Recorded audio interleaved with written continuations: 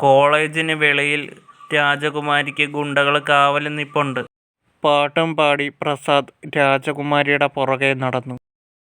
ചുരിദാറിൽ അവൾ വളരെ സുന്ദരിയായിരുന്നു.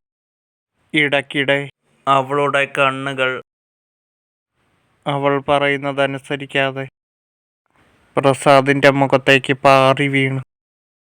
എന്നാലും അവൾ അവളുടെ കണ്ണിനെ നിയന്ത്രിച്ചു തന്നെ നിർത്തി.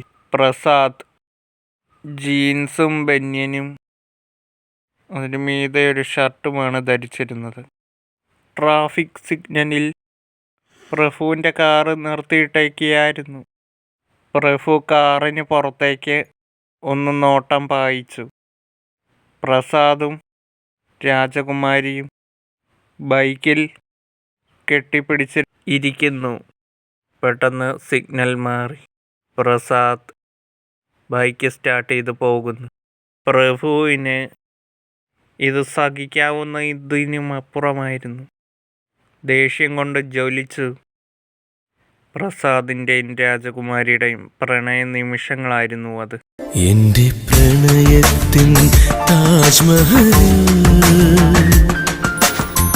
വന്നു ചേർന്നൊരു മനശലഭമേ, എന്റെ യമുനതൻ തീരങ്ങളിൽ, എന്റെ യമുനതൻ തീരങ്ങളിൽ. ഇളം നീല ഫ്രോക്കായിരുന്നു അവൾ ധരിച്ചിരുന്നത്. പ്രസാദ് ധരിച്ചിരുന്നത് ഇളം നീല ഷർട്ടും വെള്ള ബനിയനും ജീൻസുമായിരുന്നു. അവർ രചിച്ച പ്രണയഗാനത്തിൽ ആർത്തുല്ലസിക്കുകയായിരുന്നു നൃത്തച്ചുവടുകളിലൂടെ. ഇതിൻ്റെ ബാക്കി ഭാഗം ഇതേ സമയത്ത് നാളെ ഉണ്ടായിരിക്കുന്നതായിരിക്കും.